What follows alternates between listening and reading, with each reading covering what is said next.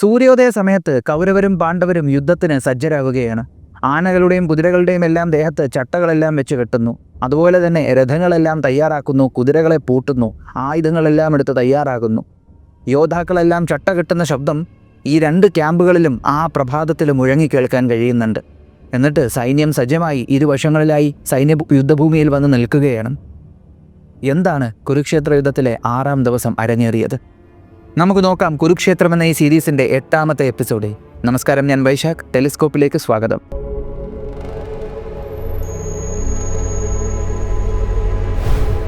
പോരാട്ടത്തിന് പാണ്ഡവപക്ഷവും കൗരവപക്ഷവും സജ്ജമായി തുടങ്ങി. ഈ സമയത്ത് ചക്രവർത്തി സാമ്രാട്ട് യുധിഷ്ഠിരൻ യുദ്ധഭൂമിയെ ഒന്ന് ശരിക്കും വീക്ഷിച്ചതിന് ശേഷം തൻ്റെ സർവ്വസൈന്യാധിപനോട് പറഞ്ഞു, ഇന്ന് നമ്മൾ മകരവ്യൂഹമാണ് ചമയ്ക്കാൻ പോകുന്നത്. എത്രയും പെട്ടെന്ന് അത് മകരവ്യൂഹം ചമച്ചാലും എന്ന് പറഞ്ഞു. അങ്ങനെ യുധിഷ്ഠിരൻ്റെ നിർദ്ദേശപ്രകാരം ദൃഷ്ടദ്യുമ്നൻ പാണ്ഡവപക്ഷത്തിൽ മകരവ്യൂഹം കൺസ്ട്രക്ട് ചെയ്യുകയാണ്. ഞാൻ കഴിഞ്ഞ വീഡിയോയിൽ പറഞ്ഞു, ഈ മകരം എന്ന് പറയുമ്പോഴത്തേക്കും ഇപ്പോൾ മുതല എന്നാണ് പറയാറ്. എന്നാൽ പുരാണത്തിലോട്ടും ഇതിഹാസത്തിലോട്ടും ഒക്കെ പോകുമ്പോഴത്തേക്കും മകരൻ എന്ന് പറയുന്നത് ഒരു മീനും അതുപോലെ തന്നെ ഈ മുതലയും കൂടെ ചേർന്നൊരു ജീവിയാണ്. അപ്പോൾ നമുക്കിവിടെ മുതല എന്ന് തന്നെ എടുക്കാം. അപ്പോൾ മകരവ്യൂഹം ചമച്ചു. എല്ലാ പ്രാവശ്യവും സൈന്യത്തിൻ്റെ ഈ ഒരു വ്യൂഹത്തിൻ്റെ പടത്തലകിൽ നിൽക്കുന്നത് അർജുനനാണ്. എന്നാൽ ഇപ്രാവശ്യം വ്യൂഹത്തിൻ്റെ പടത്തലകിൽ നിൽക്കുന്നത് വൃകോദരൻ ഭീമസേനനാണ്. അതിനുശേഷം മുതലയുടെ കഴുത്ത് ഭാഗത്തായിട്ട് അഭിമന്യു, ദ്രൗപദീപുത്രന്മാർ, ഘടോൽകചൻ, സാത്യകി, യുധിഷ്ഠിരൻ ഇവർ അവരുടെ സൈന്യവുമായി നിലയുറപ്പിച്ചു. എന്നിട്ട് ദ്രൗപദിയുടെയും ദൃഷ്ടദ്യുമ്നൻ്റെയും പിതാവായ ദ്രുപദനും അദ്ദേഹത്തിൻ്റെ കൂടെ മഹാരഥി അർജുനനും കൂടെ ഈ മുതലയുടെ തലഭാഗത്ത് നിലയുറപ്പിച്ചു. നകുല സഹദേവന്മാരായിരുന്നു മുതലയുടെ കണ്ണുകളുടെ ഭാഗത്ത് നിലയുറപ്പിച്ചിരുന്നത്. അതിനുശേഷം മുതലയുടെ മുതുകുഭാഗത്തായിട്ട് ഒരു സൈന്യത്തിൻ്റെ തലവനായിട്ടുള്ള വിരാട രാജാവും അദ്ദേഹത്തിൻ്റെ കൂടെ ദൃഷ്ടദ്യുമ്നനും പാഞ്ചാല സൈന്യവും കൂടെ ചേർന്ന് മുതലയുടെ മുതുകുഭാഗം നിർമ്മിച്ചു. എന്നിട്ട് കേകയ ദേശത്ത് നിന്ന് വന്നിട്ടുള്ള 5 രാജകുമാരന്മാർ ഈ വ്യൂഹത്തിൻ്റെ ലെഫ്റ്റ് ഫ്ലാങ്ക് എന്ന് പറയുമ്പോൾ മുതലയുടെ മുൻകാലുകളിലെ ഇടത്തെ കാലായിരിക്കണം, അവിടെ നിലയുറപ്പിച്ചു. എന്നിട്ട് റൈറ്റ് ഫ്ലാങ്ക്, അതായത് വലത്തെ മുൻകാലുകളിലായിട്ട് ദൃഷ്ടകേതുവും കാരകർഷനും അവരുടെ സൈന്യവുമായിട്ട് നിലയുറപ്പിച്ചു. എന്നിട്ട് മഹാരഥനായ കുന്തിഭോജനും ശാതനികനും കൂടെ ഈ മുതലയുടെ കാൽഭാഗങ്ങളിലായി നിലയുറപ്പിച്ചു. ശിഖണ്ഡിയുടെ കൂടെ സോമകന്മാരും പിന്നെ അർജുനൻ്റെ പുത്രനായ നാഗരാജകുമാരൻ മഹാരഥൻ ഇരവാനും കൂടെ ചേർന്നിട്ട് ഈ മുതലയുടെ വാലുഭാഗത്തും നിലയുറപ്പിച്ചു. എന്നിട്ട് ഇവർ പോർ പെരുമ്പറയും പോർ കാഹളങ്ങളുമെല്ലാം മുഴക്കി. അങ്ങനെ കൗരവപക്ഷത്ത് നിന്നുകൊണ്ട് യോദ്ധാക്കൾ പാണ്ഡവരുടെ ഈ ഒരു വ്യൂഹം ചമയ്ക്കുന്നത് കണ്ടുകൊണ്ടിരിക്കുകയാണ്. എന്നാൽ ഭീഷ്മർക്കും ദ്രോണർക്കും അവിടെ നിന്നപ്പോൾ തന്നെ മനസ്സിലായി അതെന്ത് വ്യൂഹമാണെന്ന്. ഉടനെ തന്നെ ഒരു ചിരിയോടുകൂടി ഭീഷ്മർ പറഞ്ഞു, ഓ, മകരവ്യൂഹമാണല്ലേ നിർമ്മിച്ചേക്കുന്നത്. ശരി, മകരവ്യൂഹത്തിനെ നേരിടാനായിട്ട് നമ്മളിന്ന് നിർമ്മിക്കാൻ പോകുന്നത് ക്രൗഞ്ചവ്യൂഹമാണ്. ക്രൗഞ്ചം എന്ന് പറയുമ്പോൾ കൊക്കിൻ്റെ ആകൃതിയിലുള്ള വ്യൂഹമാണ് ക്രൗഞ്ചവ്യൂഹം. ക്രൗഞ്ചവ്യൂഹം നിർമ്മിക്കാനായിട്ടുള്ള ഉത്തരവ് ഭീഷ്മർ തൻ്റെ പടത്തലവന്മാർക്ക് കൊടുത്തു. പെട്ടെന്ന് കൗരവപക്ഷം നമ്മൾ ആകാശമാർഗത്തു നിന്ന് നോക്കുമ്പോൾ ഭയാനകമായിട്ടുള്ള സൈന്യം ഒരു കൊക്കിൻ്റെ രൂപത്തിൽ രൂപമെടുക്കുകയാണ്. എല്ലാ പ്രാവശ്യവും ഭീഷ്മരാണല്ലോ പടത്തലക്കിൽ നിൽക്കാറ്. എന്നാൽ ക്രൗഞ്ചവ്യൂഹത്തിൻ്റെ പടത്തലകിൽ നിന്നത് ഭീഷ്മരല്ല, തേജസ്വിയും മഹാജ്ഞാനിയുമായ മഹാരഥൻ ദ്രോണാചാര്യരാണ്. ദ്രോണാചാര്യർ തൻ്റെ സൈന്യവുമായിട്ട് ക്രൗഞ്ചവ്യൂഹത്തിൻ്റെ പടത്തലകിൽ നിന്നു. എങ്ങനെ? എന്തിനേയും ചുട്ട് ചാമ്പലാക്കാൻ പറ്റുന്ന ഒരു യാഗാഗ്നിയെപ്പോലെ അദ്ദേഹം അവിടെ നിലയുറപ്പിച്ചു. ദൂരെ നിന്ന് നോക്കുമ്പോൾ തന്നെ അദ്ദേഹത്തിൻ്റെ തേജസ് പാണ്ഡവർക്ക് കാണാൻ കഴിയുന്നുണ്ടായിരുന്നു. അങ്ങനെ പടത്തലക്കിൽ ദ്രോണാചാര്യരാണ് നിലയുറപ്പിച്ചിരിക്കുന്നത്. ക്രൗഞ്ചവ്യൂഹം, അതായത് ഈ കൊക്കിൻ്റെ കണ്ണുകളിൽ നിലയുറപ്പിച്ചിരിക്കുന്നത് ദ്രോണാചാര്യരുടെ അളിയനും അതുപോലെ മകനുമാണ്. അതായത് ദ്രോണാചാര്യരുടെ അളിയനാണ് കൃപാചാര്യർ. ദ്രോണാചാര്യരുടെ മകനെ പറയേണ്ട കാര്യമില്ല, മഹാതേജസ്വിയായിട്ടുള്ള ഒരു മകനെ എല്ലാവർക്കും അറിയാം അല്ലേ, മഹാരഥിയായിട്ടുള്ള സാക്ഷാൽ അശ്വത്ഥാമാവ്. അങ്ങനെ 2 കണ്ണുകളിൽ അവർ നിലയുറപ്പിച്ചു. എന്നിട്ട് കൃതവർമാവ്, കാംബോജൻ, പിന്നീട് ബാഹ്ലീകൻ ഇവരുടെ കൂടെ ഒരു വലിയ സൈന്യവുമായിട്ട് ഈ കൊക്കിൻ്റെ തലഭാഗവും രൂപീകരിച്ചു. എന്നിട്ട് സുരസേനനും അദ്ദേഹത്തിൻ്റെ കൂടെ ദുര്യോധനനും മറ്റു കുറേ രാജാക്കന്മാരും സൈന്യവുമായിട്ട് കഴുത്തുഭാഗം ഫോം ചെയ്തു ക്രൗഞ്ചത്തിൻ്റെ. എന്നിട്ട് ഇതിൻ്റെ നെഞ്ചുഭാഗത്തായിട്ട് നിലയുറപ്പിക്കുന്നത് ഭഗദത്തൻ്റെ വലിയ സൈന്യവുമായിരുന്നു. അദ്ദേഹത്തിൻ്റെ കൂടെ മാദ്രജുടെയും അതുപോലെ സൗവീര സൈന്യവും അദ്ദേഹത്തിൻ്റെ കൂടെ ഉണ്ടായിരുന്നു. എന്നിട്ട് ഈ കൊക്കിൻ്റെ ഇടത്തെ ചിറകിൽ നിലയുറപ്പിച്ചിരുന്നത് ത്രികർത്ത രാജാവായിട്ടുള്ള സുശർമാവും അദ്ദേഹത്തിൻ്റെ സ്വന്തം സൈന്യവുമായിരുന്നു. എന്നിട്ട് വലത്തെ ചിറകിലായിട്ട് നിലയുറപ്പിച്ചിരുന്നത് തുഷാരരും യവനന്മാരും ശകരും അതുപോലെ ചുച്ചുപ്പാസുമായിരുന്നു. എന്നിട്ട് ഈ ഒരു സൈന്യത്തിൻ്റെ ഏറ്റവും പിറക്കു ഭാഗത്ത് ശ്രുതായു, ശതായു, പിന്നെ സോമദത്തൻ്റെ മകനും ഉണ്ടായിരുന്നു. ഈ സോമദത്തൻ്റെ മകൻ എന്ന് പറയുന്നത് ഭൂരിശ്രവസുമായിരുന്നു അവിടെ ബാക്കിലായിട്ടുണ്ടായിരുന്നത്. അപ്പോൾ ഭീഷ്മർ എവിടെ നിൽക്കുകയാണെന്ന് ഇതിൽ പറയുന്നില്ല. അപ്പോൾ മിക്കവാറും ഭീഷ്മർ അവിടെ ഈ കൊക്കിൻ്റെ ഭാഗം, ഈ കൊക്ക് ക്രൗഞ്ചത്തിൻ്റെ കൊക്കെന്ന് പറയുമ്പോൾ നല്ല നീളമുള്ള ഭാഗമല്ലേ, അപ്പോൾ ദ്രോണരുടെ തൊട്ട് ബാക്കിലായിട്ട് വല്ലതും ഭീഷ്മരുണ്ടാകും, അല്ലെങ്കിൽ വ്യൂഹത്തിൻ്റെ പുറത്തായിരിക്കും ഭീഷ്മർ നിന്നിരുന്നത്. ഭീഷ്മർ എവിടെ നിൽക്കുന്നുവെന്ന് നീ പറയുന്നില്ല. അങ്ങനെ യുദ്ധകാഹളങ്ങൾ മുഴക്കുന്നു. പെട്ടെന്ന് തന്നെ സൂര്യോദയം പൂർണ്ണമായപ്പോൾ തന്നെ ആകാശമാർഗ്ഗം നോക്കുമ്പോഴത്തേക്കും വലിയൊരു കൊക്കിൻ്റെ ആകൃതിയിലുള്ള ക്രൗഞ്ചവ്യൂഹവും അതുപോലെ വലിയൊരു മുതലയുടെ ആകൃതിയിലുള്ള മകരവ്യൂഹവും പരസ്പരം ലക്ഷ്യമാക്കി ഇങ്ങനെ വന്നുകൊണ്ടിരിക്കുകയാണ്. മകരവ്യൂഹത്തിൻ്റെ ഏറ്റവും പടത്തലയ്ക്കൽ മഹായോദ്ധാവായ ഭീമക്രിയകളിൽ പ്രസിദ്ധനായിട്ടുള്ള വൃഗോദരൻ ഭീമസേനൻ തൻ്റെ ആയുധവും ചുഴറ്റി തയ്യാറായി നിൽക്കുന്നു. എന്നാലോ ക്രൗഞ്ചവ്യൂഹത്തിൻ്റെ പടത്തലക്കലായിട്ട് എന്തിനേയും കത്തിച്ചാമ്പലാക്കാൻ പറ്റുന്ന ഒരു യോഗാഗ്നിയെപ്പോലെ തൻ്റെ വെളുത്ത താടിയും പിരിച്ചു വെച്ചേക്കുന്ന മീശയും മുടി പിറക്കോട്ടൊക്കെ കെട്ടി ഒരു കുടുംബ കണക്കാക്കി പടച്ചട്ടയെല്ലാം അണിഞ്ഞ് സാക്ഷാൽ ദ്രോണാചാര്യർ നിൽപ്പുണ്ട്. അങ്ങനെ പടത്തലയ്ക്കൽ ദ്രോണാചാര്യരും ഭീമനുമാണ് നിൽക്കുന്നത്. പരസ്പരം ലക്ഷ്യമാക്കി വന്നുകൊണ്ടിരിക്കുകയാണ്. തൻ്റെ ഗുരു എന്താണെന്ന് ഭീമന് നല്ലപോലെ അറിയാം. എന്നാൽ ഭീമൻ്റെ മുഖത്ത് യാതൊരുവിധ ഭയവും കാണുന്നില്ല. പ്രചണ്ഡമായിട്ടുള്ളൊരു സൈന്യം, തൻ്റെ ശിഷ്യന്മാർ എത്രത്തോളം കഴിവുള്ളവരാണെന്ന് ദ്രോണർക്കറിയാം. പക്ഷേ ശിഷ്യന്മാർ ഏതുവരെ പോകുമെന്ന് ദ്രോണർക്ക് നല്ല ഉറപ്പുണ്ടായിരുന്നു. അതുകൊണ്ട് തന്നെ ദ്രോണരുടെ മുഖത്ത് യാതൊരുവിധ വികാരമാറ്റങ്ങളും ഇല്ലായിരുന്നു. അങ്ങനെ ഈ സൈന്യങ്ങൾ പരസ്പരം എരച്ചു കയറുകയാണ്. ഇടത്തെ ഭാഗത്തെ സൈന്യങ്ങൾ ഒരു സൈന്യത്തിൻ്റെ ഇടത്തെ ഭാഗത്തുള്ള സൈന്യങ്ങൾ ആ ഭാഗത്തുള്ള സൈന്യവുമായിട്ട് ഏറ്റുമുട്ടുന്നു. വലത്തെ ഭാഗത്തുള്ള സൈന്യങ്ങൾ ആ ഭാഗവുമായിട്ട് ഏറ്റുമുട്ടുന്നു. പെട്ടെന്ന് ആകാശമാർഗം ശരവർഷങ്ങൾ അങ്ങോട്ടും ഇങ്ങോട്ടുമെല്ലാം വർഷിക്കുന്നു. ചില സമയങ്ങളിൽ ആകാശത്ത് വെച്ച് തന്നെ ചില ശരവർഷങ്ങൾ പരസ്പരം ഏറ്റുമുട്ടി പൊടിഞ്ഞു നിലത്ത് വീഴുന്നു. കുന്തം അങ്ങോട്ട് പറക്കുന്നു, ഗത കൊണ്ടുള്ള പ്രഹരം, ആനയുടെ ചിഹ്നങ്ങളി, കുതിരയുടെ കുളമ്പടി, അങ്ങനെ ഭയാനകമായിട്ടുള്ള ഒരു ഒറ്റ ആ പ്രഭാതം കുരുക്ഷേത്രം എന്നും നിറഞ്ഞു. അധികം താമസിയാതെ തന്നെ യുദ്ധഭൂമി ചുവന്ന നിറത്തിലുമായി. എന്നാൽ ഈ സമയത്ത് ക്രൗഞ്ചത്തിൻ്റെ കൊക്ക് ഭാഗത്തുണ്ടായിരുന്ന ദ്രോണാചാര്യരുടെ സൈന്യത്തിൻ്റെ ഒരു ഭാഗത്തേക്ക് മകരവ്യൂഹത്തിൻ്റെ പടത്തലയ്ക്കൽ നിന്നിരുന്ന, അതായത് മുതലയുടെ ഭാഗത്ത് നിന്നിരുന്ന വൃഗോദരൻ ഭീമസേനൻ അതിവിദഗ്ധമായി ഈ വ്യൂഹത്തിനെ ഭേദിച്ചങ്ങകത്ത് കയറി. എല്ലാവർക്കും ഒരു അത്ഭുതമായിരുന്നു.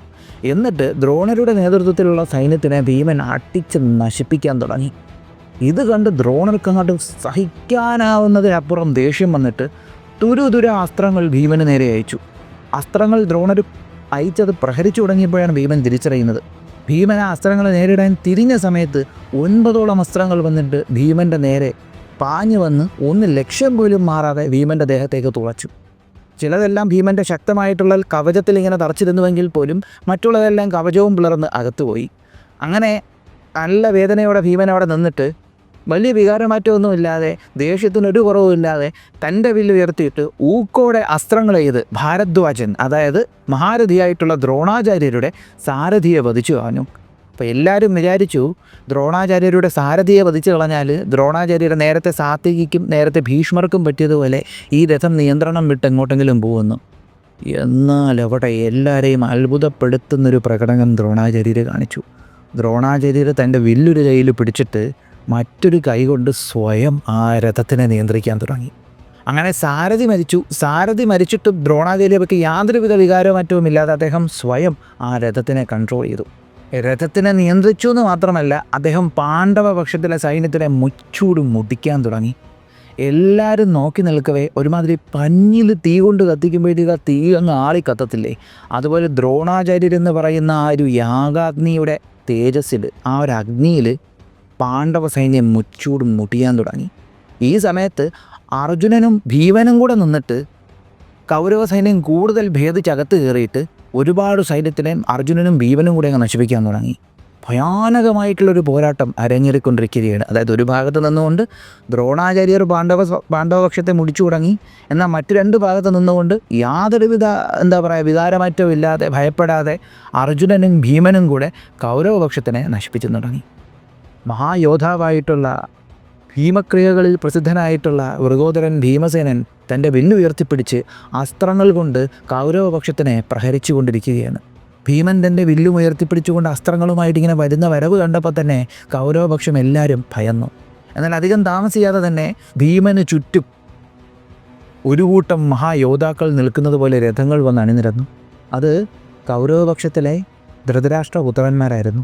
ധൃതരാഷ്ട്രപുത്രന്മാർ ഭീമനെ കണ്ടുടനെ തന്നെ ഉറക്കെ പറഞ്ഞു, ഇവനെ വെറുതെ വിടാൻ പാടില്ല, പെട്ടെന്ന് അവനെ തട്ടണം, ഭീമനെ ഇവിടെ നിന്ന് പോകാൻ പാടില്ല, നമ്മൾ ഇത്ര പേരുണ്ട്, ഭീമൻ ഒരാളേ ഉള്ളൂ, നമുക്ക് ഭീമനെ ആക്രമിക്കണമെന്നും പറഞ്ഞ് ഇവരവരുടെ ആയുധങ്ങൾ ഉയർത്തി ഭീമന് നേരെ എന്തിനും സജ്ജമായി നിൽക്കുകയാണ്.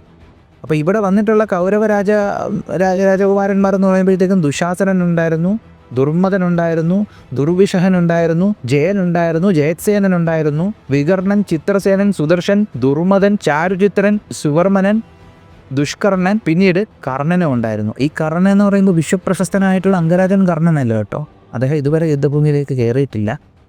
ഈ കർണൻ എന്ന് പറയുമ്പോഴത്തേക്കും കൗരവപക്ഷത്തിനിടയിൽ ആ 98 ഭീമൻ ഉടനെ ഓൾറെഡി തീർത്തു, 8 92 ബാക്കിയുണ്ടല്ലോ, അതിലുള്ള ഒരുത്തൻ്റെ പേരാണ് ഈ കർണൻ. കർണൻ എന്ന പേരുള്ള ഒരു സഹോദരനും ദുര്യോധനനുണ്ടായിരുന്നു. അപ്പോൾ അങ്ങനെ ഇവർ ഭീമസേനനെ വന്ന് ചുറ്റിനും നിൽക്കുകയാണ്. ഭീമസേനൻ ഇവരെ കണ്ടുടനെ എന്താണ്, തനിക്ക് നേരെ വന്ന ആട്ടിൻകൂട്ടത്തിനെ കണ്ട ഒരു ചെന്നായെ പോലെ ഒരു ചിരിയോടുകൂടി പൈശാചികമായി അട്ടഹസിച്ചു. പോർവെറിയിലും ദേഷ്യത്തിലും അയാൾ ഗർജിച്ചു, അട്ടഹസിച്ചു. എന്നാൽ ഈ സമയത്ത് എന്താ ഉണ്ടായിരിക്കുന്നതെന്ന് വെച്ചാൽ ഭീമൻ ഈ വ്യൂഹത്തിൻ്റെ നടുക്ക് കയറിയൊക്കെയാണ്. ഭീമസേനൻ ഈ വ്യൂഹത്തിൻ്റെ നടുക്ക് കയറിയൊക്കെയാണ്. അയാൾ മാത്രമേ അവിടെ ഉള്ളൂ, അയാളുടെ സൈന്യം അവിടെ എത്തിയിട്ടില്ല. അപ്പോൾ വ്യൂഹത്തിൻ്റെ നടുക്കോട്ട് കയറിയൊക്കെയാണ് ഭീമസേനൻ. ഏകദേശം നടുക്കെത്തി. അവിടെ ഭീമസേനനെ ഇവർ ശക്തമായി അസ്ത്രങ്ങൾ ഇതുകൊണ്ട് പ്രഹരിച്ചു. കുറേയൊക്കെ ഭീമൻ്റെ ദേഹത്ത് ഉറപ്പായിട്ടും കൊണ്ടിട്ടുണ്ടാവണം. എങ്ങനെയൊക്കെയോ ഭീമൻ കുറേന്നൊക്കെ ഒഴിഞ്ഞു മാറി. എന്നിട്ട് ഭീമൻ്റെ മുഖത്ത് യാതൊരുവിധ വികാരമാറ്റവും ഇല്ല. വിശോകൻ തിരിഞ്ഞ് ഭീമൻ്റെ മുഖത്തേക്ക് നോക്കി. ഭീമൻ എന്തോ വിശോകനോട് പറയുന്നത് കാണാൻ കഴിയുന്നുണ്ട് ഇപ്പം മനസ്സിൽ. പതുക്കെ ഭീമൻ തൻ്റെ ഒരു കയ്യിലിരുന്ന വില്ല് രഥത്തിലേക്ക് വെച്ചു. എന്നിട്ട് തൻ്റെ വലത്തെ കൈ രഥത്തിലിങ്ങനെ പിടിച്ചിട്ടുണ്ടായിരുന്നു. ആ വലത്തെ കൈ രഥത്തിൽ നിന്ന് കൈയെടുത്തിട്ട് ഭീമൻ ഒരു ഭാഗത്തേക്ക് ഇങ്ങനെ കൊണ്ടുപോയി അവിടെ ഇരുമ്പ് ദണ്ട് പോലൊരു സംഭവത്തിൽ പിടിച്ചു. എന്താണ്? ഭീമൻ്റെ 8 ചുറ്റു പൊന്നു കെട്ടിയ ഇരുമ്പൻ ഗത. ആ ഗത ചുഴറ്റി ഭീമൻ തൻ്റെ കയ്യിലെടുത്തു. ഈ സമയത്ത് ദൃഷ്ടദ്യുമ്നൻ ദ്രോണാചാര്യരുമായിട്ട് നേരിട്ടുകൊണ്ടിരിക്കുകയാണ്. ദൃഷ്ടദ്യുമ്നൻ ചുറ്റിനും നോക്കി. അദ്ദേഹത്തിന് മനസ്സിലായി ഭീമൻ വ്യൂഹത്തിൻ്റെ നടുക്കോട്ട് പോയെന്ന്. അദ്ദേഹത്തിനൊരു ഭയമായിപ്പോയി. ഭീമനെ കാണുന്നില്ലല്ലോ. ഉടനെ ദൃഷ്ടദ്യുമ്നൻ ദ്രോണാചാര്യരുമായിട്ടുള്ള പോരാട്ടം മതിയാക്കിയിട്ട് ഈ വ്യൂഹത്തിൻ്റെ നടുക്കോട്ട് പോകാനായിട്ട് തുടങ്ങി. ഭയങ്കര ധൈര്യശാലിയായിട്ടുള്ള ദൃഷ്ടദ്യുമ്നൻ ഈ വ്യൂഹത്തിൽ തുരുതുര അസ്ത്രങ്ങൾ ചെയ്ത് വ്യൂഹം പിളർന്ന് അകത്തേക്ക് പോയി ഈ ഒരു രഥം അകത്തോട്ട് കയറിയപ്പോൾ കൗരവന്മാർക്ക് കാണാൻ കഴിയുന്നത് അഗ്നിയിൽ നിന്ന് ജന്മമെടുത്തേക്കുന്ന ഒരു അഗ്നി സ്വരൂപത്തിലുള്ളൊരു വ്യക്തി, മഹാ തേജസ്വിയായിട്ടുള്ളൊരു വ്യക്തി, സ്വർണ്ണ നിറത്തിലുള്ള കവചമണിഞ്ഞേക്കുന്ന ആ ഒരു വ്യക്തി തിളക്കം, എന്താ പറയുക, അഗ്നി തിളങ്ങുന്നത് പോലെ തിളങ്ങിക്കൊണ്ടാണ് ആ കൗരവപ്പടയുടെ ഇടയിലോട്ട് കയറിയത്. രഥം വട്ടം ചുറ്റിയത് ദൃഷ്ടദ്യുമ്നൻ തൻ്റെ അസ്ത്രങ്ങൾ കൊണ്ട് കൗരവപക്ഷത്തിൻ്റെ ഒരു ഭാഗം മുഴുവനും മുട്ടിച്ചുകൊണ്ടാണ് അങ്ങോട്ട് പോയത്. ഒരു സ്ഥലത്തെത്തിയപ്പോൾ ഭീമൻ്റെ രഥം കാണുന്നുണ്ട്. ആ രഥത്തിൽ സാരഥിയായ വിശോകൻ പതുക്കെ ആ രഥം തെളിച്ച് ആ സ്ഥലത്തിങ്ങനെ മാറി മാറി നിൽക്കുകയാണ്. സാരഥിയെ കണ്ടടനെ രഥത്തിൽ ഭീമനില്ല.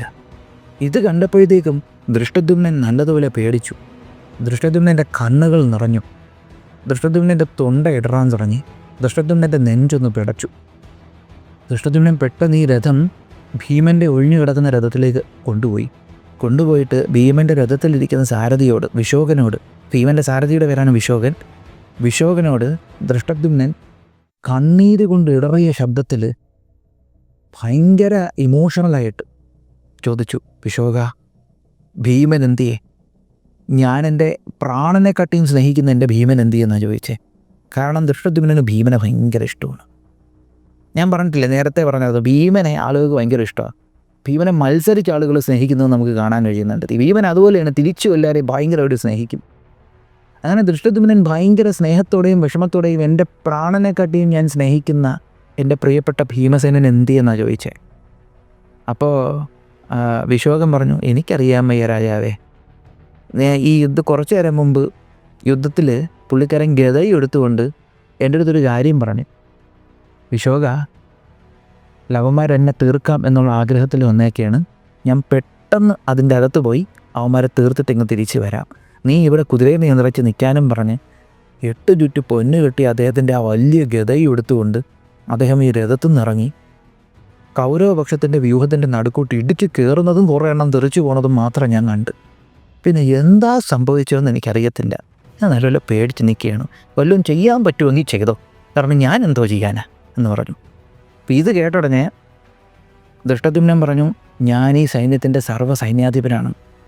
ഈ സമയത്ത് ഞാൻ ഈ സൈന്യത്തിനെ ഉപേക്ഷിച്ചാൽ, ദൃഷ്ടദ്യുമ്നൻ്റെ വാക്കുകളായത്, ഈ സമയത്ത് ഞാൻ പാണ്ഡവപക്ഷത്തെ ഉപേക്ഷിച്ചാൽ, ഈ സമയത്ത് ഞാൻ ഓരോന്നാലോചിച്ച് പേടിച്ച് ഭീമൻ നിൽക്കുന്ന സ്ഥലത്തേക്ക് ഞാൻ പോയില്ല എങ്കിൽ യോദ്ധാക്കളും ക്ഷത്രിയന്മാരും എന്നെക്കുറിച്ച് എന്ത് പറയും? ഭീമൻ ഈ ഒറ്റബുദ്ധി പരിപാടി കാണിച്ച സമയത്ത് ഞാനിവിടെ ഉണ്ട് എന്ന് ദൃഷ്ടദ്യുമ്നൻ പറഞ്ഞു. എന്നിട്ടും ഞാനൊന്നും ചെയ്തില്ല എങ്കിൽ ഒരു മഹാരഥി എന്നും പറഞ്ഞത് യോദ്ധാവെന്നും പറഞ്ഞാൽ നടന്നിട്ട് എന്ത് കാര്യം എന്ന് ദൃഷ്ടദ്യുമ്നൻ ചോദിച്ചു.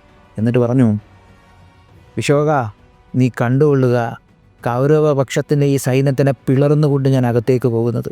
ഈ സൈന്യത്തിൽ ഞാൻ വിനാശം വിതയ്ക്കാൻ പോകുന്നത് നീ കണ്ടുകൊള്ളുക.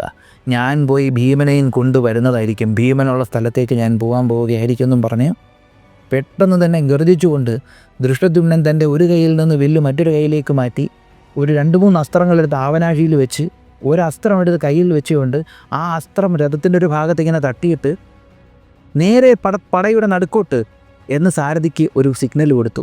ഈ കുതിരകൾ ചാടി ചാട്ടുളി കണക്കി രഥം മുന്നോട്ട് പോയി.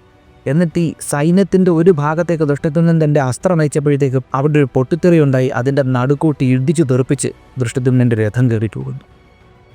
അകത്തോട്ട് ഈ ഒരു വ്യൂഹത്തിൻ്റെ അകത്തോട്ട് കയറിയപ്പോൾ ദൃഷ്ടദ്യുമ്നന് ഭീമൻ പോയ വഴി മനസ്സിലാക്കാൻ വലിയ പാടൊന്നുമില്ലായിരുന്നു. കാരണം അവിടെ ഒരു ഭാഗത്ത് ചുവന്ന നിറത്തിലുള്ള വര, എന്നിട്ട് ചലനമറ്റ് കിടക്കുന്ന ആനകളുടെ ശരീരം, കുതിരകളുടെ ശരീരം, അവിടെ വീണ് കിടക്കുന്ന ഓരോ ആളുകളുടെ ദേഹത്തും എന്തോ ഭയാനകമായി വെയിറ്റുള്ളൊരു സാധനം കൊണ്ട് പ്രഹരിച്ചതുപോലത്തെ രൂപമാണ്. അപ്പോൾ ഇത് കണ്ടപ്പോഴത്തേക്കും ദൃഷ്ടദ്യുമ്നന് മനസ്സിലായി, ആ ഇത് തന്നെ, ഇതുവഴി പോയാൽ മതി, കറക്റ്റ് വഴി ഇതാ, ഇതുവഴി വിട്ടു, വേറെ ഏത് വഴിയും പോകണ്ട, ഈ കളറ് കാണുന്ന വഴി കൂടെ നീ വിട്ടോ, നമുക്കവിടെ എത്താം എന്ന് പറഞ്ഞു. ഇങ്ങനെ പറഞ്ഞില്ല, ഞാൻ കൈ നിട്ടുവാണ്. അപ്പോൾ എന്നിട്ട് ആ ഒരു മാർഗം, ആ ഒരു ചുവന്ന നിറത്തിലുള്ള മാർഗത്തിലൂടെ ഈ ഒരു രഥം ചലിപ്പിച്ചു ദൃഷ്ടദ്യുമ്നൻ. അവിടെ ഒരു ഭാഗത്തെത്തിയപ്പോൾ ദൃഷ്ടദ്യുമ്നന് സമാധാനമായി. കാരണം 5 അടിയെക്കാട്ടി നീളമുള്ള ഈ ഒരു ഗദയുണ്ടല്ലോ, ആ ഗദയും ചുഴറ്റി ആളുകളെ അവിടെ 6 അടിച്ചുകൊണ്ട് ഭീമൻ നിൽക്കുന്നത് കണ്ടു. എന്നാൽ ഭീമൻ ഈ പ്രകടനങ്ങളെല്ലാം അവിടെ കാണിച്ചുകൊണ്ടിരുന്നപ്പോൾ കൗരവ രാജകുമാരന്മാരോ കൗരവ സൈന്യമൊന്നും ഭയക്കുന്നത് നമുക്കിവിടെ കാണാൻ പറ്റുന്നില്ല. അവരവിടെ ഗംഭീര യോദ്ധാക്കളെ കണക്ക് അവിടെ നിന്നുകൊണ്ട് ഭീമനെ പ്രതിരോധിച്ചുകൊണ്ട് നിന്നു. പക്ഷേ ഈ ഒരു സമയത്ത് ദൃഷ്ടദ്യുമ്നൻ വന്നതിന് ശേഷം അങ്ങോട്ട് പൊക്കോണ്ടിരുന്നപ്പോൾ കാണുന്നൊരു കാഴ്ച എന്ന് പറയുമ്പോൾ, ചുറ്റിനും നിൽക്കുന്ന കൗരവ യോദ്ധാക്കളെല്ലാവരും തങ്ങളുടെ വില്ലുയർത്തി ഭീമന് നേരെ ശരവർഷം ചൊരിയുന്നതാണ്. അപ്പോൾ കയ്യിലൊരു ഗത മാത്രം പിടിച്ചുകൊണ്ട് ഒരുമാതിരി ഒറ്റമൈൻ്റെ പരിപാടിയുടെ സത്യം പറഞ്ഞ ഭീമൻ കാണിച്ചേക്കുന്നത്. കാരണം ചുറ്റിനും അസ്ത്രങ്ങൾ വരുന്നു, എന്തോ ചെയ്യാൻ. ഭീമൻ എങ്ങനെയൊക്കെ ഒഴിഞ്ഞു മാറി, പക്ഷേ ശരവർഷങ്ങൾ ഭീമനെ നല്ലതുപോലെ പ്രഹരിച്ചു. അങ്ങനെ ദേഹത്തും കൈകാലുകളിലുമെല്ലാം അസ്ത്രങ്ങൾ കൊണ്ട് മുറിവുണ്ടായിട്ട് ഭീമൻ പതുക്കെ ഭൂമിയിലോട്ട് തളർന്നിരുന്നു. എന്നിട്ട് തൻ്റെ ഗത കൊണ്ട് കുത്തിപ്പിടിച്ച് അവിടെ ഒരു നിൽപ്പായിരുന്നു. എന്നിട്ട് പതുക്കെ ഭീമൻ അവിടെ നിന്ന് എണീക്കാനിങ്ങനെ ശ്രമിക്കുന്നു, പക്ഷേ ഭയങ്കര ക്ഷീണം. ഈ സമയത്ത് പെട്ടെന്ന് ദൃഷ്ടദ്യുമ്നൻ്റെ രഥം ഒരു സ്വർണ്ണ കവചം പോലെ ഭീമൻ്റെ ചുറ്റിനും വന്നിങ്ങനെ കറങ്ങി നിന്നു. ഈ കറങ്ങുന്നതിനനുസരിച്ച് ദൃഷ്ടദ്യുമ്നൻ ചുറ്റിനുള്ളവന്മാരെ അസ്ത്രങ്ങൾ ചെയ്തു. ഈ രഥം ഇങ്ങനെ കറങ്ങി വന്നപ്പോൾ ദൃഷ്ടദ്യുമ്നൻ ചാടി രഥത്തിൽ നിന്നും പുറത്തിറങ്ങി. എന്നിട്ട് ഭീമൻ്റെ ദേഹത്തു നിന്ന് ഈ അസ്ത്രങ്ങളെല്ലാം കളഞ്ഞിട്ട് മുഖം പിടിച്ചിട്ട്, കുഴപ്പമൊന്നുമില്ലല്ലേ, ഞാൻ അളിയൻ വന്ന് കുഴപ്പമില്ല എന്ന് പറഞ്ഞിട്ട് ഭീമനെ പതുക്കെ പൊക്കി ഈ രഥത്തിൻ്റെ അകത്തോട്ട് നടത്തി കയറ്റി ദൃഷ്ടദ്യുമ്നൻ. അപ്പോൾ ഭീമൻ പതുക്കെ ഈ രഥത്തിൻ്റെ ഒരു ഭാഗത്ത് ഇങ്ങനെ ഇരുന്നു. നല്ല ക്ഷീണം കാണുമല്ലോ. എന്നാൽ ഗത ഒരു ഭാഗത്ത് വെച്ചിരുന്നിട്ട് ഭീമൻ തൻ്റെ ദേഹത്തെ ഓരോ ഭാഗത്തെ അസ്ത്രങ്ങളെല്ലാം വലിച്ചൂരി കളഞ്ഞിട്ട് ഇങ്ങനെ ക്ഷീണിച്ചവിട്ടിരുന്നു. ഭീമൻ്റെ ഇരിപ്പ് കണ്ടിട്ട് ദൃഷ്ടദ്യുമ്നന് സഹിച്ചില്ല. ദൃഷ്ടദ്യുമ്നൻ്റെ കണ്ണ് അഗ്നി പോലെ ജ്വലിച്ചു ആ സമയത്ത് ദേഷ്യം കൊണ്ട്. പെട്ടെന്ന് ബഹുവർണ്ണത്തിലുള്ള നിറമുള്ള തൻ്റെ അലങ്കരിച്ച് വെച്ചേക്കുന്ന ശക്തമായിട്ടുള്ള വില്ല് ദൃഷ്ടദ്യുമ്നൻ കയ്യിലെടുത്തിട്ട് ഒരു ഞാണൽ കേൾപ്പിച്ച് എന്തിനും തയ്യാറായി ഇങ്ങനെ ചുറ്റിനും നിന്നു. ഈ സമയത്ത് ദുര്യോധനൻ പറഞ്ഞു, ഇവനെ നമ്മൾ ഇന്ന് ഇവിടെ ഇട്ട് തീർത്തേനെ, അപ്പതാ ഓടിക്കൊണ്ട് വന്നേക്കുന്നു ദൃഷ്ടദ്യുമ്നൻ. ദുഷ്ടനായിട്ടുള്ള ദ്രുപദപുത്രനെ ഇവിടെ വെച്ച് നമ്മൾ തീർക്കണം, ഒറ്റ ഒരെണ്ണം വെറുതെ വിടരുത്, അവന് നേരെ അസ്ത്രങ്ങൾ പ്രയോഗിക്കേ എന്ന് തൻ്റെ സഹോദരന്മാരോട് ദുര്യോധനൻ ഓർഡർ ഇട്ടു. ദുര്യോധനൻ ഓർഡർ ഇട്ട ആർക്ക് കേൾക്കാതിരിക്കാൻ തോന്നത്തില്ല. കാരണം അത്ര ഗാംഭീര്യത്തോടെയാണ് ദുര്യോധനൻ ആ ഒരു ഓർഡർ ഇട്ടത്. ഉടനെ തന്നെ ദുര്യോധനൻ്റെ സഹോദരന്മാരും മറ്റു യോദ്ധാക്കളും എല്ലാവരും കൂടെ ദൃഷ്ടദ്യുമ്നന് നേരെ അസ്ത്രങ്ങൾ അയച്ചു. ദൃഷ്ടദ്യുമ്നൻ ഒരു കുലുക്കവുമില്ലാതെ അവിടെ നിന്നു. പെട്ടെന്ന് തന്നെ തൻ്റെ വില്ല് ചുഴറ്റി കയ്യിലെടുത്തിട്ട് അസ്ത്രങ്ങൾ അയച്ചുകൊണ്ട് ദൃഷ്ടദ്യുമ്നൻ ആ വരുന്ന അസ്ത്രങ്ങളെല്ലാം ആകാശമാർഗം വെച്ച് തന്നെ മുറിച്ചിട്ടു. അസ്ത്രങ്ങൾ മുറിഞ്ഞിങ്ങനെ വീണപ്പോൾ ദൃഷ്ടദ്യുമ്നൻ അവിടെ ഒരു സൂര്യതേജസ്സിനെ പോലെ നിന്നു. ഇവിടെയാണ് നമ്മൾ ദൃഷ്ടദ്യുമ്നൻ എന്ന സർവ്വസൈന്യാധിപൻ്റെ ബുദ്ധി മനസ്സിലായിരുന്നത്. കാരണം ഒരു സർവ്വസൈന്യാധിപൻ ടാക്റ്റിക്കലായിട്ട് ചിന്തിക്കുന്ന ഒരു കാര്യമായിരിക്കണം. കാരണം ചുറ്റിനും യോദ്ധാക്കൾ നിൽക്കുന്നു. ഇപ്പോൾ ഒരൊറ്റ ലക്ഷ്യം മാത്രമേ ആ സർവ്വസൈന്യാധിപനുള്ളൂ. തൻ്റെ കൂടെ നിൽക്കുന്ന മഹായോദ്ധാവായിട്ടുള്ള മഹാബലവാനായിട്ടുള്ള എന്താ പറയുക വൃഗോദരൻ ഭീമസേനനെ എത്രയും പെട്ടെന്ന് സേഫ്റ്റിയിലേക്ക് എത്തിക്കുക എന്നൊരു ചിന്തയാണ് ഈ ഒരു സർവ്വസൈന്യാധിപനുള്ളത്. അതുകൊണ്ട് ഇദ്ദേഹം എന്ത് ചെയ്തെന്നറിയോ, തുരുതുരാ അസ്ത്രങ്ങൾ പ്രയോഗിച്ച് അവിടെ സമയം കളയാതെ തൻ്റെ വില്ലുയർത്തി ഒരസ്ത്രമെടുത്ത് ആ വില്ലിലേക്ക് വെച്ച് മന്ത്രം ജപിച്ചുകൊണ്ട് ആ വില്ല് പുറക്കോട്ട് വലിച്ചു. പെട്ടെന്ന് ആ വില്ലിൽ നിന്ന് തിളങ്ങുന്ന കുറേ വസ്തുക്കൾ ഇങ്ങനെ പറക്കാൻ തുടങ്ങി. ആ അസ്ത്രത്തിന് ഒരു രൂപമാറ്റം സംഭവിച്ചു. ആ അസ്ത്രം ഒരു പ്രത്യേക നിറത്തിൽ ജ്വലിക്കാൻ തുടങ്ങി. അസ്ത്രത്തിൻ്റെ ടിപ്പ് ഭാഗത്ത് ഒരു തേജസ് ഇങ്ങനെ ഉണ്ടായി. അതൊരു ദിവ്യാസ്ത്രമായിരുന്നു. ഇത് പ്രമോഹനാസ്ത്രമായിരുന്നു.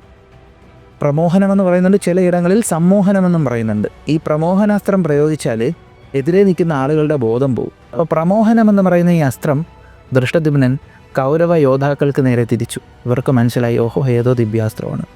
ഉടനെ തന്നെ ദൃഷ്ടദ്യുമ്നൻ അത് ആ ഭാഗത്തേക്ക് അയച്ചു.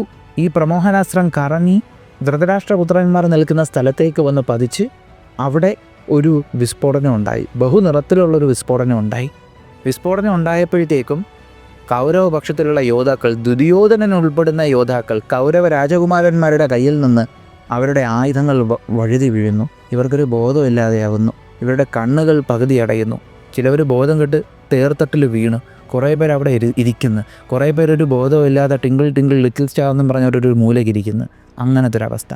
ഈ സമയത്ത് ദ്രോണാചാര്യർ ദ്രുപദനുമായിട്ട് പോരാടിക്കൊണ്ടിരിക്കുകയാണ്. അത് ദ്രൗപദിയുടെയും ദൃഷ്ടദ്യുമ്നൻ്റെ അച്ഛനായിട്ടുള്ള ദ്രുപദനുമായിട്ട് പോരാടിക്കൊണ്ടിരിക്കുകയാണ്. ഈ സമയത്ത് ദ്രുപദൻ ഇങ്ങനെ ഓർത്തു ദ്രോണാചാര്യരുമായിട്ടുണ്ടായ പണ്ടത്തെ ആ ഒരു ദേഷ്യം, ദ്രോണാചാര്യരോട് തോന്നിയ ദേഷ്യം. അപ്പോൾ ദ്രോണാചാര്യരെ തീർക്കാനായിട്ടൊരു മകനെ അദ്ദേഹം നേടിയെടുത്തിട്ടുണ്ട്.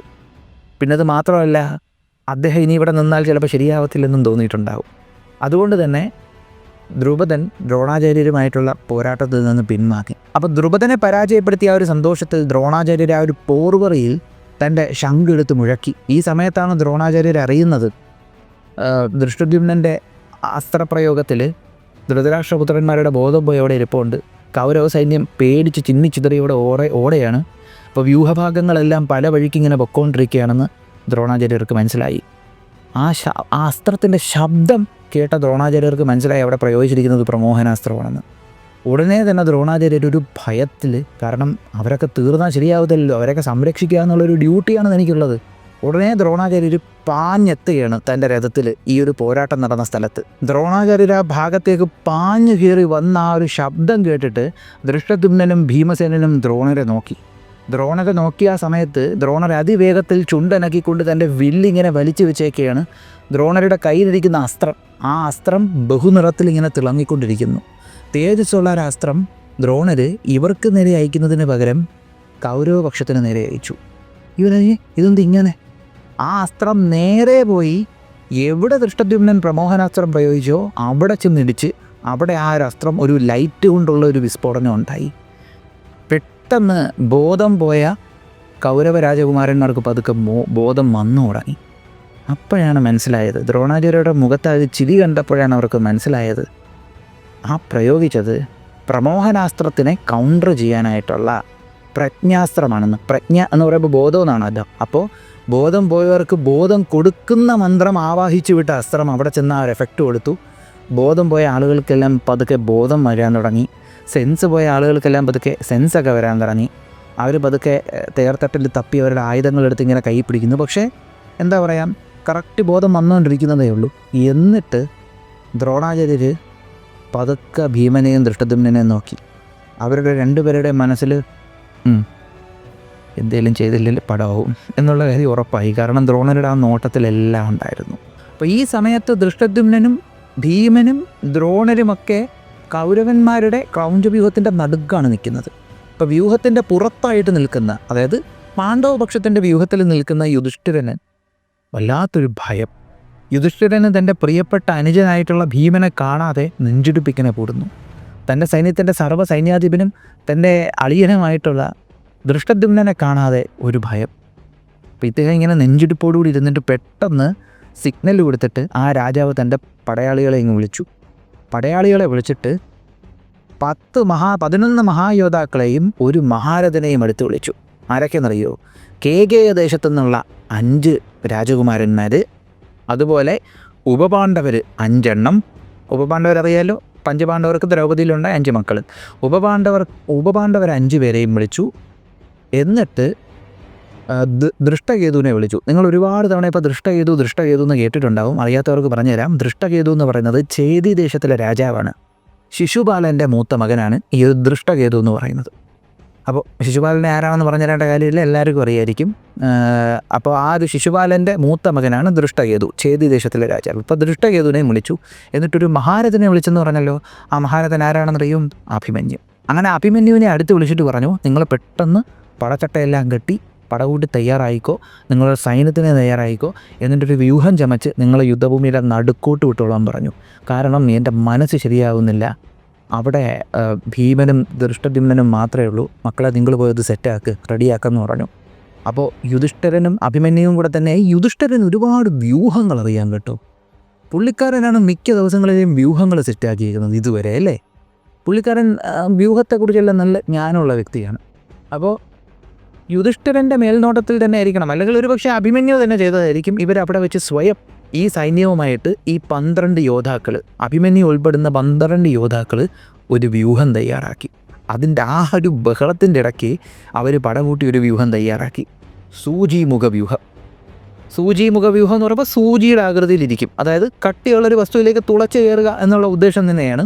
ഇപ്പോൾ സൈന്യവുമായിട്ടും ഈ 12 പേര് കൂടെ ചേർന്നിട്ട് സൂചിമുഖ വ്യൂഹം നിർമ്മിച്ചു. എന്നിട്ട് ഈ സൂചിമുഖ വ്യൂഹത്തിൻ്റെ പടത്തലയ്ക്കൽ അഭിമന്യു നിന്നു.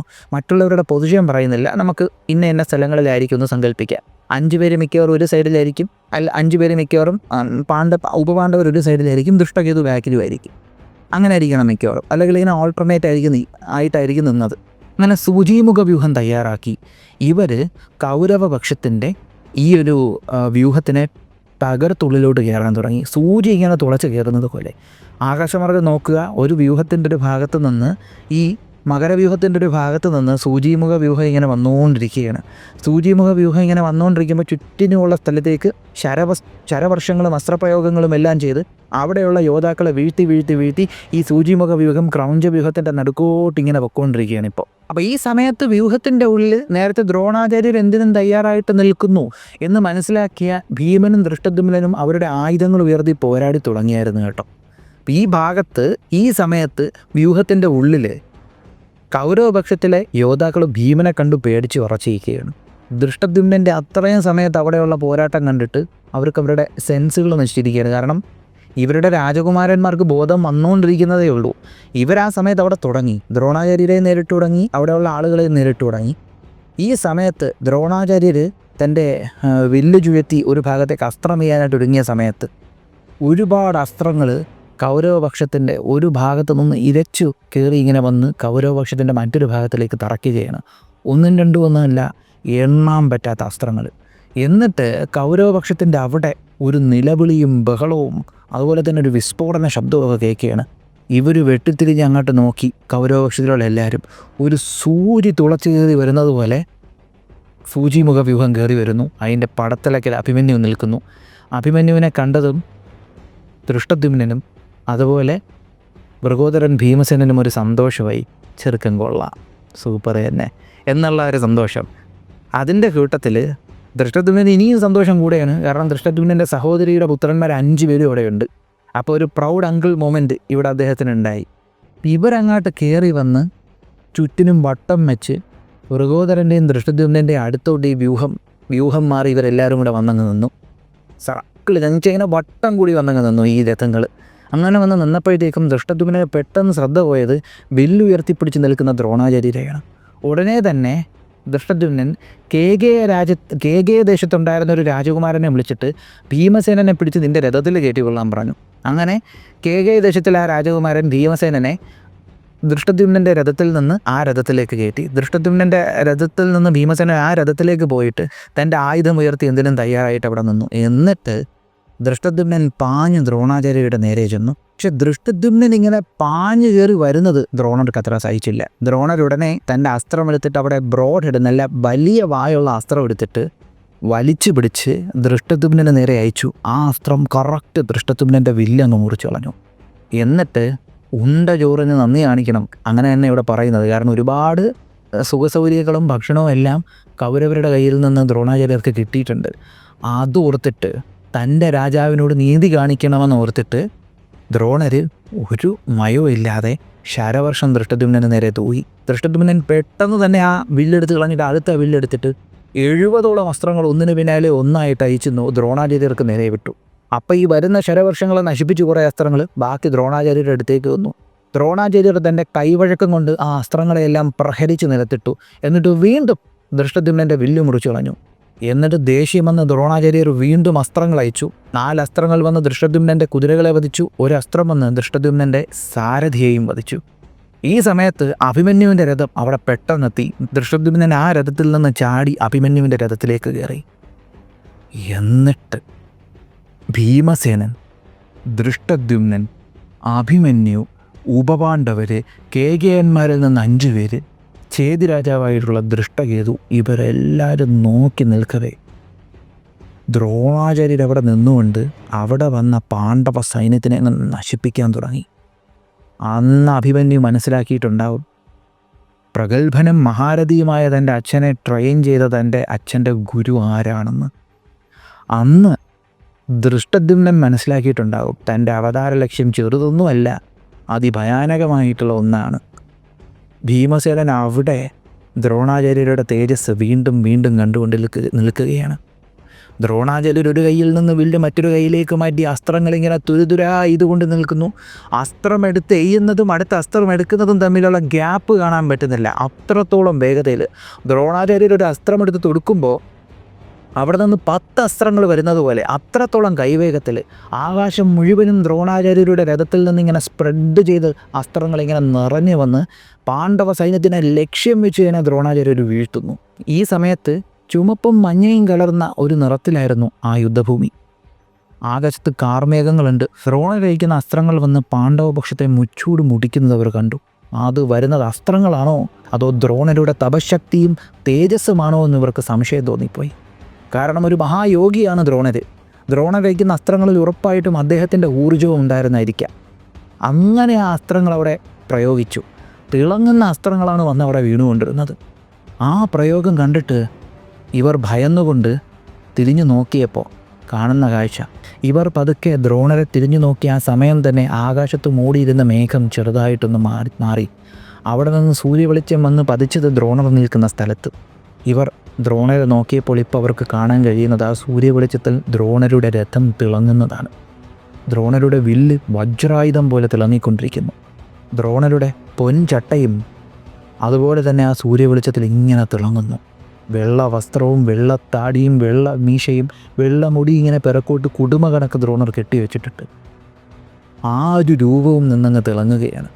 ദ്രോണരുടെ ആത്മീയ തേജസ്സും അവിടെ വന്ന സൂര്യ തേജസ്സും കൂടെ ചേർന്നിട്ട് ദ്രോണരുടെ വെള്ള വസ്ത്രത്തിൻ്റെയും അതുപോലെ വെളുത്ത താടി മീശ മുടിയുടെയും തിളക്കം ഒന്നുകൂടെ വർദ്ധിപ്പിച്ചു.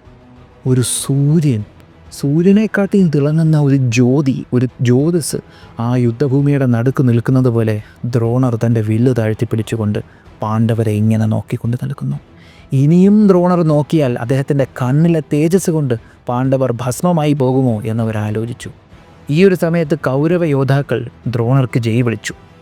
ഇതേ സമയത്ത് തന്നെ ദുര്യോധനനും തൻ്റെ സഹോദരന്മാർക്കും ബോധം വന്നു. ദുര്യോധനനും തൻ്റെ സഹോദരന്മാർക്കും പൂർണ്ണ ബോധം വന്നു. പക്ഷെ ദുര്യോധനൻ ആദ്യം നോക്കുമ്പോൾ കാണുന്നത് അവിടെ നിൽക്കുന്ന ഭീമനെയാണ്. ക്രോധം സഹിക്കാൻ വയ്യാതെ ദുര്യോധനൻ്റെ കൈകളെല്ലാം വിറച്ചു. അയാൾ കൈ മുറുക്കി പിടിച്ചപ്പോഴത്തേക്കും ക്രോധം കൊണ്ട് അയാളുടെ ഞരമ്പുകൾ കയ്യിൽ പിടച്ചു. അയാളുടെ പേശികൾ വലിഞ്ഞു. അയാളുടെ പടച്ചട്ടയും അയാളുടെ ദേഹത്തെ പേശികളുമെല്ലാം ഒരേപോലെ ശക്തമായോ എന്ന് തോന്നി. കാരണം അതുപോലെ ദുര്യോധനൻ ക്രോധത്തിൽ വിറച്ചിട്ട് തൻ്റെ കയ്യിൽ ശക്തമായൊരു വില്ലെടുത്തിട്ട് നേരെ ഭീമന് നേരെ ഒരു അസ്ത്രം വെച്ചു. ആ അസ്ത്രം വന്ന് ഭീമന് നേരെ വീണത് ഭീമൻ ശ്രദ്ധിച്ചു. ഭീമൻ അങ്ങോട്ട് തിരിഞ്ഞു നോക്കിയപ്പോഴത്തേക്കും അവിടെ ആയുധവും ഉയർത്തിപ്പിടിച്ച് നിൽക്കുന്ന ദുര്യോധനനെ കണ്ടു. ദുര്യോധനൻ്റെ കൂടെ സഹോദരന്മാരെ കണ്ടു. ഭീമൻ പതുക്കെ കേകയ രാജകുമാരൻ്റെ രഥത്തിൽ നിന്നിറങ്ങി വിശോകൻ കൊണ്ടുവന്ന തൻ്റെ സ്വന്തം രഥത്തിലേക്ക് കയറി. എന്നിട്ട് തൻ്റെ കയ്യിൽ ശക്തമായ തൻ്റെ വില്ലെടുത്തു. ഉടനെ ദുര്യോധനൻ തൻ്റെ വില്ലിലേക്ക് ഒരു അമ്പെടുത്ത് വെച്ചിട്ട് ചെവിയോളം വലിച്ചു പിടിച്ച് ഉറക്കെ ഭീമന് നേരെ ഓങ്ങിയിട്ട് ഉറക്കെ വിളിച്ചു പറഞ്ഞു, ഭീമാ ഇതേ സമയം അതിവേഗത്തിൽ ഭീമൻ ഒരു അസ്ത്രമെടുത്ത് തൻ്റെ വില്ലിലേക്ക് വെച്ച് ചെവിയോളം വലിച്ചു പിടിച്ചുള്ള ദുര്യോധന എന്ന് വിളിച്ച് പരസ്പരം ലക്ഷ്യമാക്കി നിൽക്കുകയാണ്. ബാക്കി അടുത്ത എപ്പിസോഡിൽ. ഓക്കെ, അപ്പോൾ അടുത്ത എപ്പിസോഡിൽ ഈ രണ്ട് മഹാന്മാർ തമ്മിൽ ഏറ്റുമുട്ടുന്നുണ്ട്. അതുപോലെ അടുത്ത എപ്പിസോഡിൽ മറ്റു ചില യോദ്ധാക്കളുടെ കൂട്ടമായിട്ടുള്ള പോരാട്ടങ്ങളെക്കുറിച്ചെല്ലാം പറയുന്നുണ്ടാവും. അപ്പോൾ ഈ ഒരു വീഡിയോ നിങ്ങൾക്ക് ഇഷ്ടമായെന്ന് വിശ്വസിക്കുന്നു. നിങ്ങളുടെ അഭിപ്രായങ്ങളൊന്ന് കമൻറ്റ് ചെയ്തേക്കുക. നമ്മുടെ ചാനലിലേക്ക് നിങ്ങൾ ആദ്യമായിട്ടാണ് വരുന്നതെങ്കിലൊന്ന് സബ്സ്ക്രൈബ് ചെയ്തേക്കുക. നമ്മുടെ ചാനലിലെ കണ്ടൻറ്റുകൾ നിങ്ങൾക്ക് ഇഷ്ടപ്പെടുന്നുണ്ടെങ്കിൽ നിങ്ങളുടെ ബന്ധുമിത്രാദികൾക്കും പറ്റുമെങ്കിൽ ശത്രുക്കൾക്കും ഒന്ന് അയച്ചു കൊടുക്കുക. മറ്റൊരു വീഡിയോയിൽ മറ്റൊരു കണ്ടൻറ്റുമായി കാണുന്നതുവരെ